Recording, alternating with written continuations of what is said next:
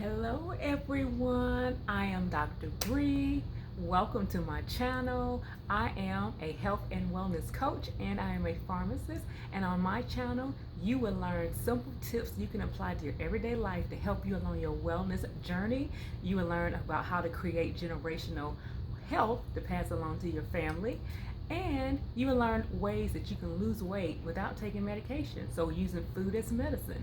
Those are three things, if not more, that you're gonna learn about being a part of my channel. So y'all gotta subscribe. What are you waiting on? Subscribe. Alrighty. So if you looked at my last video, I talked about 8 things that cause weight gain, because I know that it is so challenging for many of us to lose weight or even to keep it off. Or if you're one that you just plateau, you lose a certain amount of weight and then you just plateau. It's like, I can't get past this lump. So we talked about that, and if you haven't, please look at my video and it will be a great blessing to you. So today I want to go a little bit deeper, and I want to share with you 8, I love the number 8 things, foods that might be causing you to have inflammation in your body. Because one of the things I talked about in my previous video was when we're talking about things that cause you to gain weight or why it's hard to lose weight, is our bodies are constantly inflamed all the time, from environmental, from the foods, stress, all these different things. And so studies and research has showed how inflammation has been contributing to a lot of these chronic diseases that we deal with today, like heart disease, diabetes, having stroke, even Alzheimer's has been linked to inflammation in our bodies. So I'm going to go through 8 foods that might be triggering your body to be inflamed. Now, let me put this out there. This is for informational content only. So the information that I'm sharing, you may or may not have any problem with these. Okay, let's get started. So number 1, corn. Yes, corn. So corn is so embedded in our standard American diet, also known as SAD, because our standard American diet is pretty sad. And so we know that a lot of time in our grocery stores, a lot of the corn has been genetically modified. So, and that's a whole other story, a deep dive in itself. But our bodies react to that. Our bodies react to the different chemicals that might have been put in our soil and different things like that. So some people say, well, I eat corn, I don't have a problem with it. One thing about food allergies or food sensitivities is that it may happen immediately, like within 30 minutes of you eating that agent or that food, that product that's causing that reaction. Or it could be like 3 or 5 days later. You're like, oh, I don't feel too good. I feel bloated. I have a headache. My joints, my knees ache, or whatever the case may be. So corn is one of those foods that can cause inflammation in our body. So what I want to share with you as I go through the remaining items or foods, begin to do a journal and kind of track and see if you're having problems with, diabetes or rheumatoid arthritis, any autoimmune diseases, diabetes, anything like that, heart disease.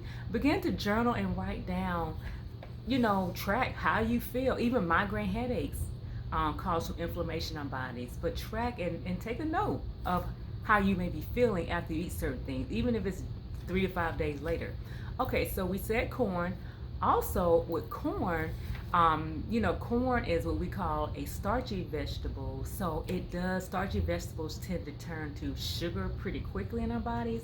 So if you're a diabetic, and if you maybe talked with your doctor, or your doctor has talked with you, or you met with a dietitian, and they're going to kind of advise you about really watching the portion sizes of those starchy vegetables, like your corn or like your beans, lima beans, black beans, different things like that. But that's another topic for another day. So subscribe.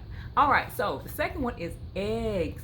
So eggs can be inflammatory, and basically what it is like what they're feeding the chickens. So we're eating what they eat. So the chickens are eating corn, and we talked about that being inflammatory. So therefore, whatever those chickens are being fed and consuming, well, when we eat those eggs, we're eating that too. So it's going to cause inflammation. So, a lot of times what I like to recommend is if you're going to do eggs, do free range. Now this is just one of many companies out there. I like Nellie's free range eggs. You see it has free range on there. Um, I like them, but there are a lot of different companies I've tried out there, and I'm telling you, when you eat those eggs or free range eggs, you won't have problems with bloating. You won't have problems with feeling gassy, because feeling bloating and feeling gassy are signs of being a sensitivity. So again, if you're going to eat eggs, make sure you get free range.